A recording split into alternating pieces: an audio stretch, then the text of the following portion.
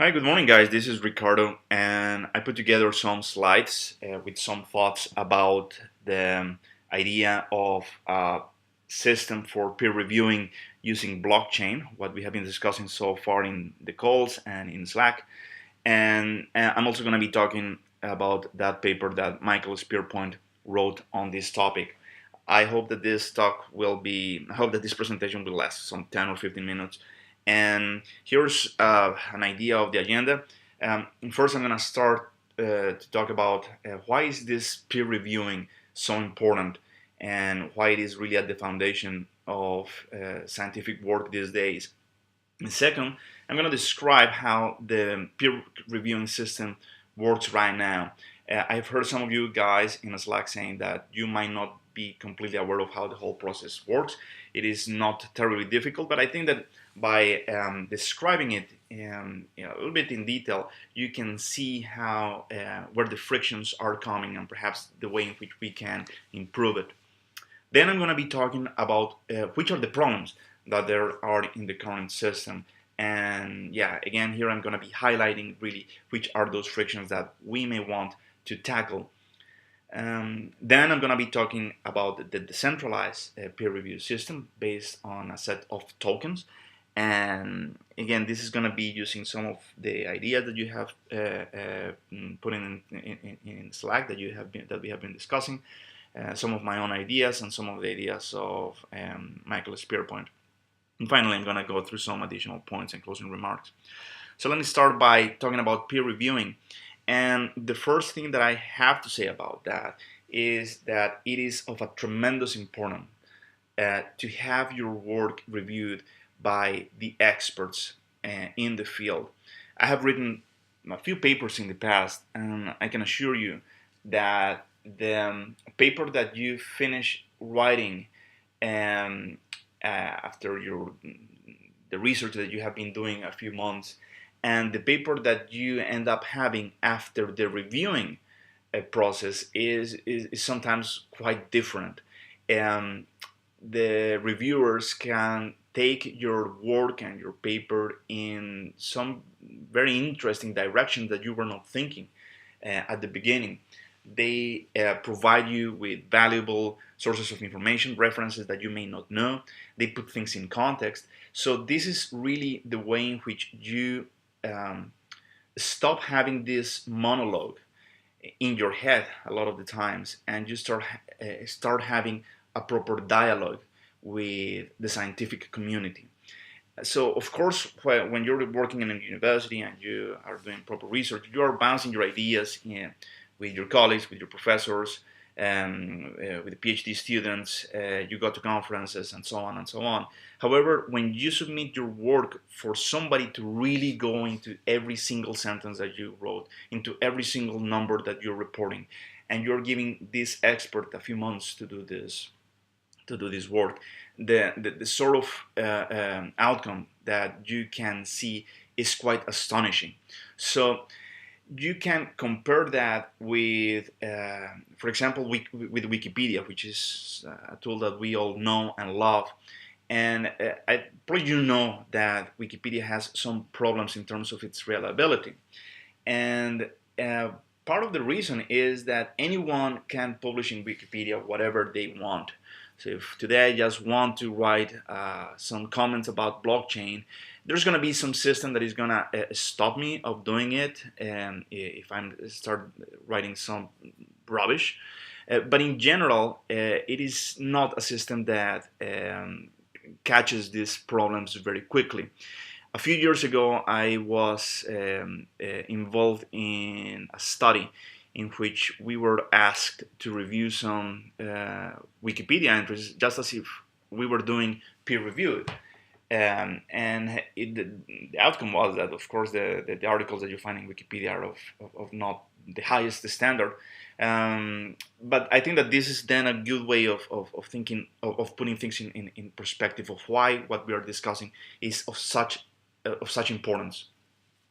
Now, the second element is that we are talking about peer reviewing. And of course, if we are talking about peer reviewing, that means that you are assuming that if you are writing something and you're expecting that your work is going to be reviewed at some point, uh, then probably I will have to contribute to the community, and at some point I will also have to review the documents and the work of other people. So there is this tacit assumption that if I want my work to be reviewed, at some point I will have to review. Now, again, there are people that are not so keen on reviewing. There are some people that are not so keen on publishing. So there might be a little bit of an imbalance there. But on average, I think that any researcher is expected to do both tasks, to actively be publishing and actively being reviewing the work of others.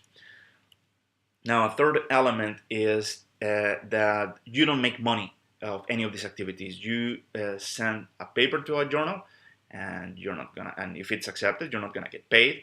And if you're reviewing a paper, you're doing this for free. Why are you doing this? Well, the thing is that you are building your career around these activities, and what you want to do is to increase the exposure of your name. You want to increase the reputation of your work, and by doing so, then you get a tenure track in a university, you can work in a research center, you work for the government, for a private company, so on and so on. So in a way, you are indirectly benefiting from all these activities that you are doing, and that eventually you're going to be wrapping up in your CV. But this is something that you have to keep in mind. I'm not aware of anyone that is earning money for publishing academic research or by reviewing it. Now, finally, here's more a personal note, and that is that I think that knowledge should be free, and I think that any person should be able to access the highest quality research that is provided by people in academia. Uh, and if it cannot be free, certainly it should be at a minimum cost. You may argue that with books things can be a little bit different, but you think that nowadays you can have access to, well, that going online, you really are getting rid of a lot of the frictions that you have in the editing process, and you are realizing that researchers are not making direct money directly from this. Then it would be really surprising to have a situation in which you have to pay for this work, and the reality is that you have to pay a lot, as I'm going to say in a moment. So now let me move on to what is the current peer reviewing system. And here is just a figure of how I think of this. You have a bunch of researchers which are going to be publishing and reviewing, and at the center of this there's going to be a journal, and of course there are going to be thousands of journals out there. And I want to highlight a very important person in the journals, who is the editor. The editor is a central person in this whole process, and I'm going to be saying something a little bit more about this person in a second. So, how do you start this? A few authors, say between 1 and 4, work for a few months and write an article.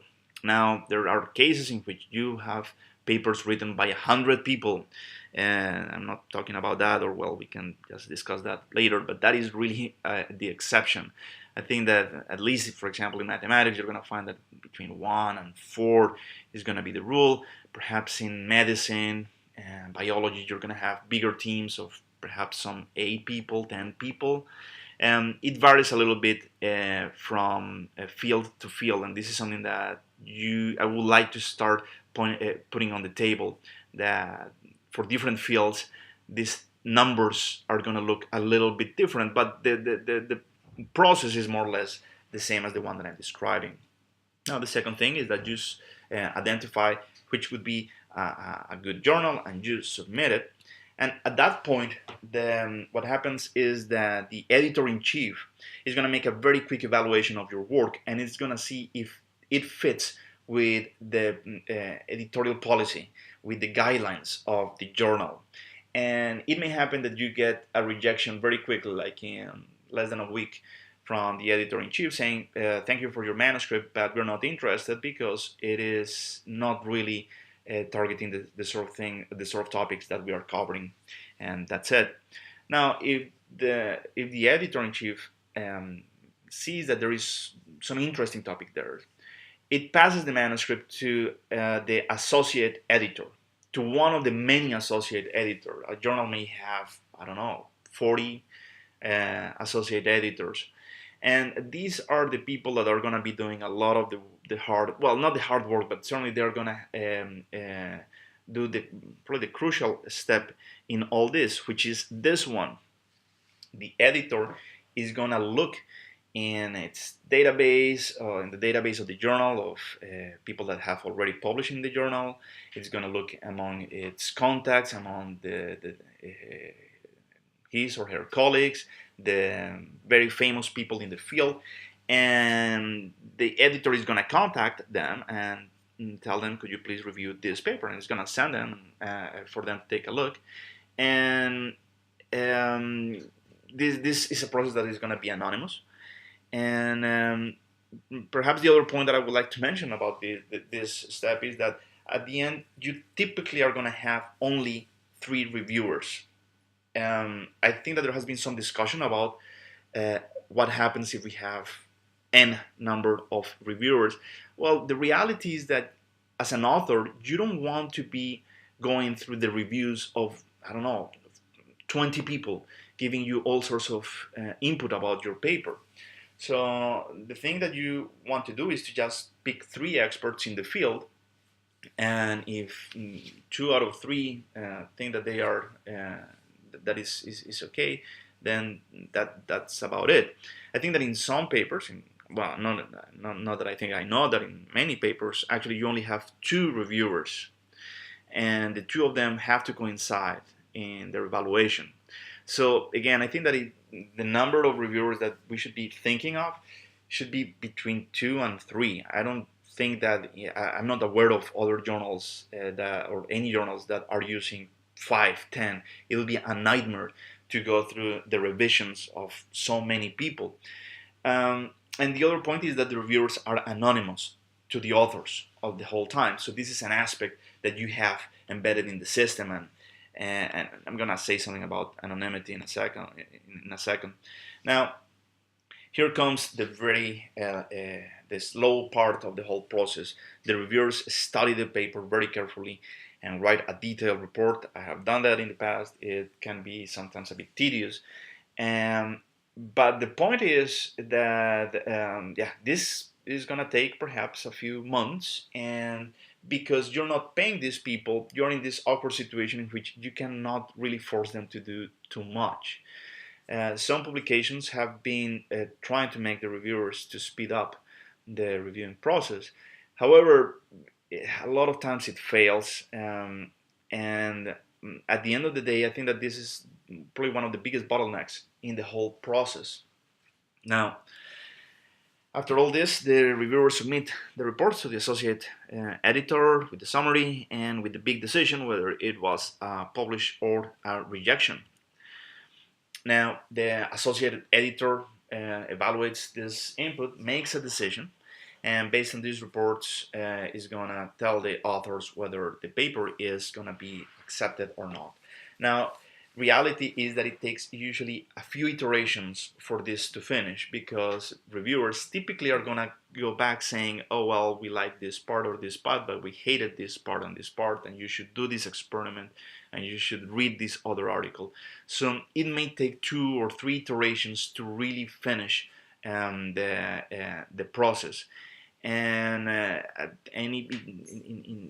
in any point, it may happen that the authors just are tired of that, and they withdraw the submission, and they just prefer to take it to another journal. Now, the last step in all this is that your paper was accepted. Then you're very happy, because now it's going to go through all the editorial work to making it slightly better, slightly prettier, correcting some of the grammar, and it's going to be published. And if you are one of the lucky persons that have a subscription to this journal, then you will be able to access it. Now let me move on to the problems with the current system. And there are three that I can think of. So the first one is that subscription to journals can be quite expensive, and this goes against that point that I said before, that knowledge should be free. We are talking about thousands of dollars per year for having a subscription to any of these journals. And typically it's only institutions, the ones that can pay for this. So I think that this is probably the biggest thing that is at the center of this discussion, and what a lot of people are a little bit worried about or are pissed off about. The second, that is I think also very important, is that the process is extremely slow. From the moment in which you submit your paper to the moment in which it's finally printed, it can take something between 2 and 3 years. And I think that this is absolutely shocking. That when I start realizing about this, I was completely shocked that it can take so long. Again, this may vary from field to field, and I presume that in medicine, perhaps things are slightly faster. Perhaps it's going to be a year and a half or something like that. If you're working in some of the most obscure corners of mathematics, it really can go for, I don't know, 5 years easily. In some disciplines, as in mathematics, you can put online a preprint of your paper just for people to be to look at your work. But then we have this very distorted reality in which we have all this amazing work, all this amazing research, but that it's coming to a halt because the whole process is taking so long, and that is because the reviewers are taking a long time to go through it, because the editors are not pushing them hard enough, because there are too many iterations, there are too much red tape.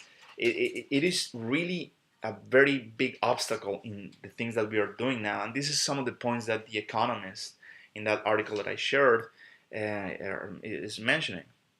Now, the third point is that publishing companies are making a lot of money from this. So if Elsevier has, I don't know how many dozens of journals, probably over 100 probably, and the contribution that they make, you can think that it's a bit marginal, in the sense that they are certainly doing some editorial work, they are printing, they're perhaps correcting some of the grammar, but it is hard to justify where all this money from the subscription is going.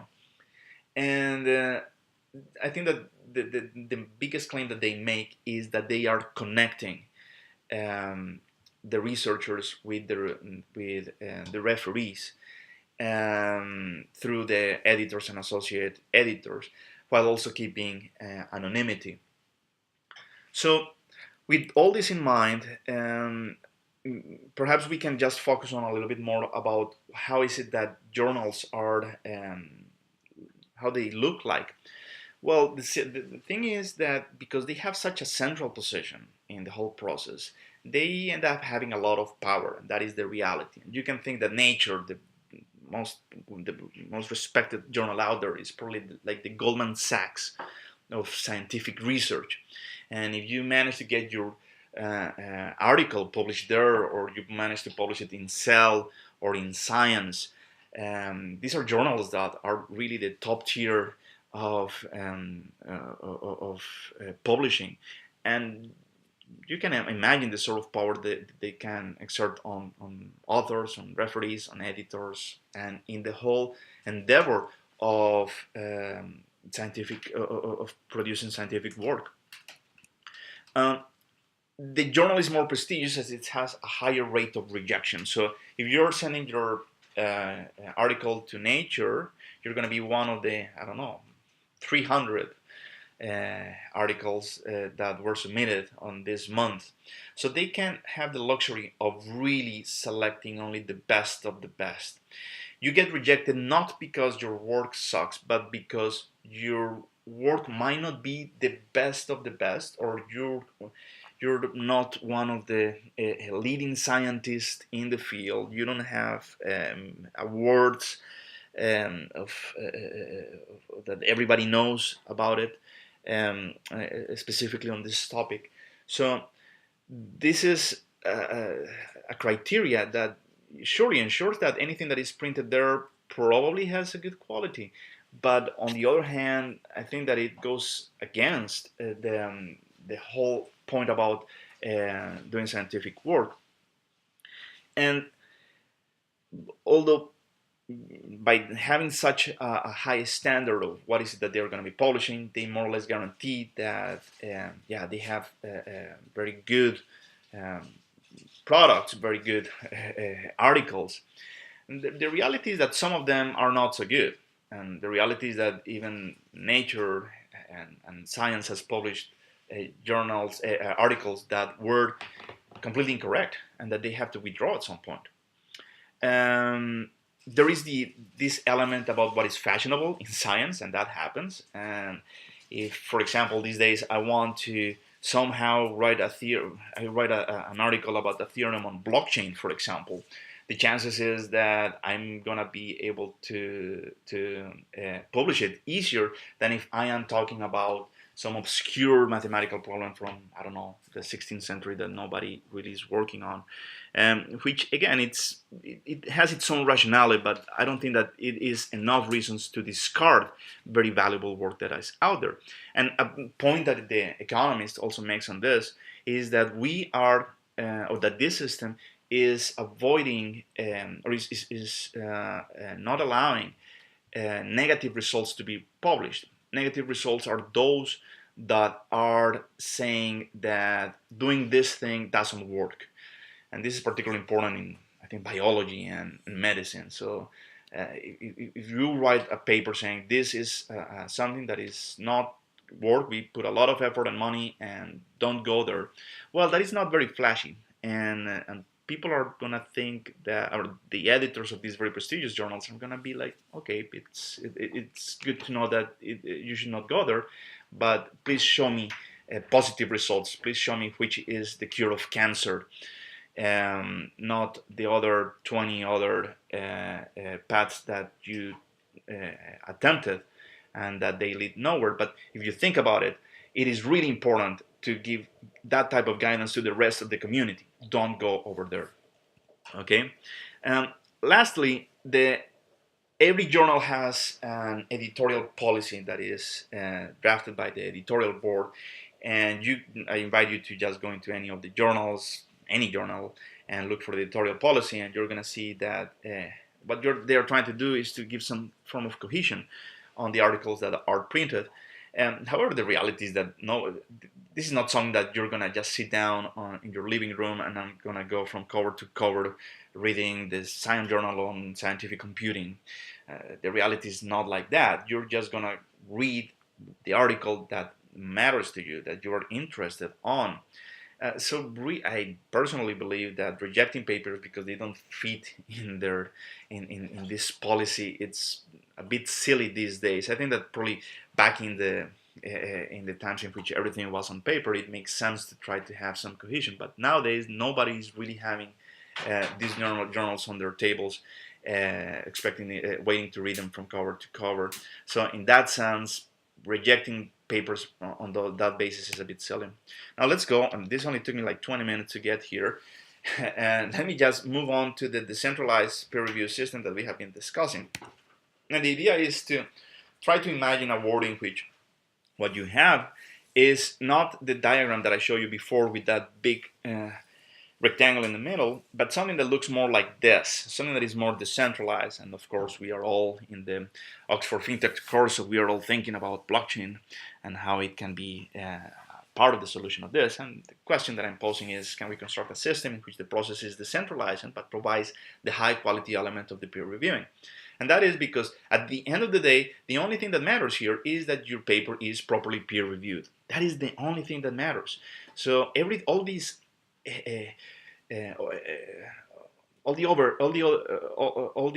overheads that you have around the process seems to me to be quite redundant. and perhaps there is the possibility of something of doing something a bit smarter. So the sort of thing that we could be thinking of is a system in which you have papers that are online, and for some of them you have the mark that you have the flag that they have been peer reviewed.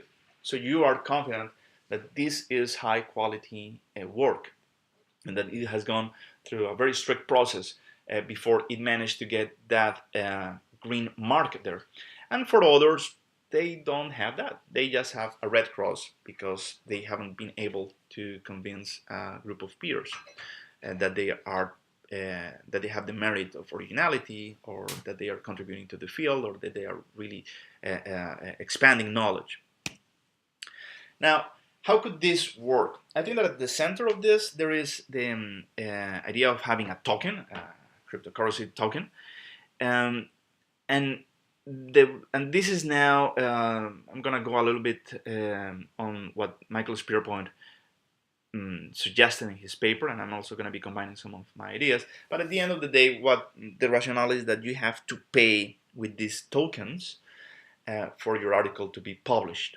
Okay, so for example, we have these two guys there. They wrote nice paper, and they want to submit it. So they submit their paper to entity, person, something called the editor, which is going to receive these tokens, and it's going to start the whole process. Perhaps the amount of tokens vary with the number of authors, or may not. So in this case, for example, the number of tokens is 30, and one of the guys is giving 20, and the other one is giving 10. And the next step is that the editor is going to contact potential experts that are potentially interested in reviewing this piece of paper, and from the ones that accept, he or she is going to select 3 of them for doing the reviewing, and to prepare a report with the very high standards as always. When the referees send the report back to the editor with the comments and the decisions, the editor determines whether this was done properly and on time, and I think that this comes the incentive of speeding things up. So when you receive that and the editor is happy with the report, then it pays a fixed amount for the work to all the referees, to the 3 referees, and in this case is paying 10 to each of these referees. And with that knowledge, then the editor contacts the authors and tells them whether it was positive or negative. And if that is if it's positive, then the editor has the power of marking the article as peer reviewed, and it has a nice little green mark there. So now let's move on to some of the additional points and closing remarks, and I think that here's where most of the questions I'm sure are gonna come. 4 points here on this slide on creation and destruction of tokens. Michael Spearpoint suggests that you register into the system to obtain a unique ID, and also to obtain a number of initial tokens that you can use to pay for your first 2 or 3 articles. And this might be, he emphasizes that this might be critical for young researchers that are just starting their careers, and that they still don't have the reputation for having been involved in the process of editing, of reviewing any paper. So I think that it could be a good idea. I don't know whether registering in a database all the researchers would have some conflict, but I think that it should not be a problem. And I think that having an initial getting initial tokens because you're registering into this system after you have been clear that you are doing a PhD, or that you're doing research, or well, that those are other considerations. But I think that would be a good initial point. Now, I think that the other point in which you can create tokens, which I think it's interesting, is whenever you get a citation from reviewed paper.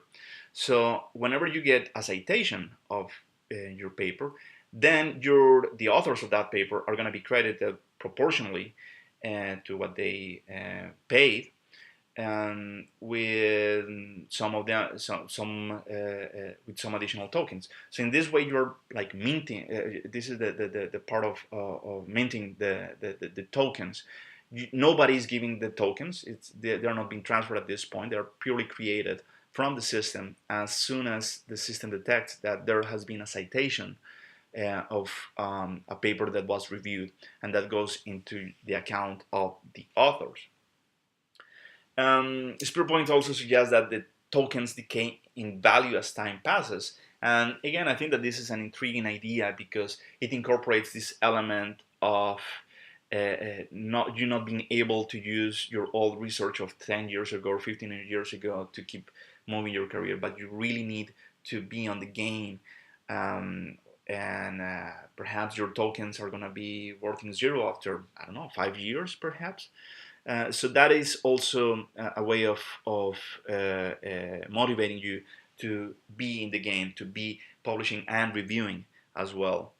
And an important point is that this is I think that the most important variable in all this is going to, for setting up the prices, it's going to be the field in which this work is done. So it is very different to be working on algebraic topology, and it's very to robotics, in the sense that if you're working on very deep dark corner of mathematics, you may publish only once every couple of years, once every 3 years. While if you're working in engineering, you probably are gonna be having, I don't know, some 8-10 papers per year. So that changes the dynamic a lot, and we will need to be thinking how to strike a balance into what is the normal way of working for any of these researchers. In my proper field, in approximation theory and numerical analysis, we typically publish between 1 and 4 papers per year. You would be expecting, if you're really working in a university, to be reviewing from 2 to 5 papers per year, and roughly in numerical analysis, if you have something between 50 and 100, then that is 1,500 citations. That is a good paper. A very good paper is anything above 100 or 200, but yeah, 50 or 100 is personally something that I consider that is very good. Now, final closing remarks.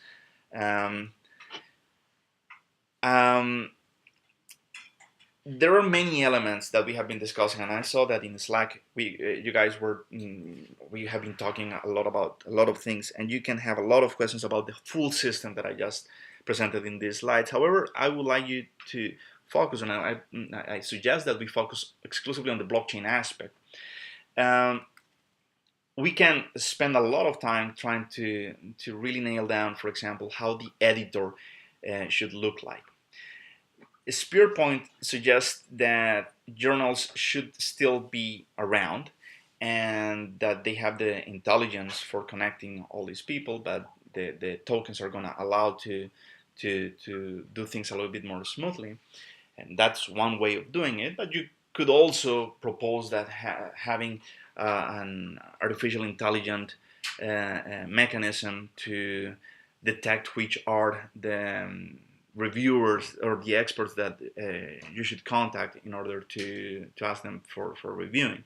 So, for example, that is a very long conversation, but again, I don't think that is part of the blockchain discussion that we're having at the moment.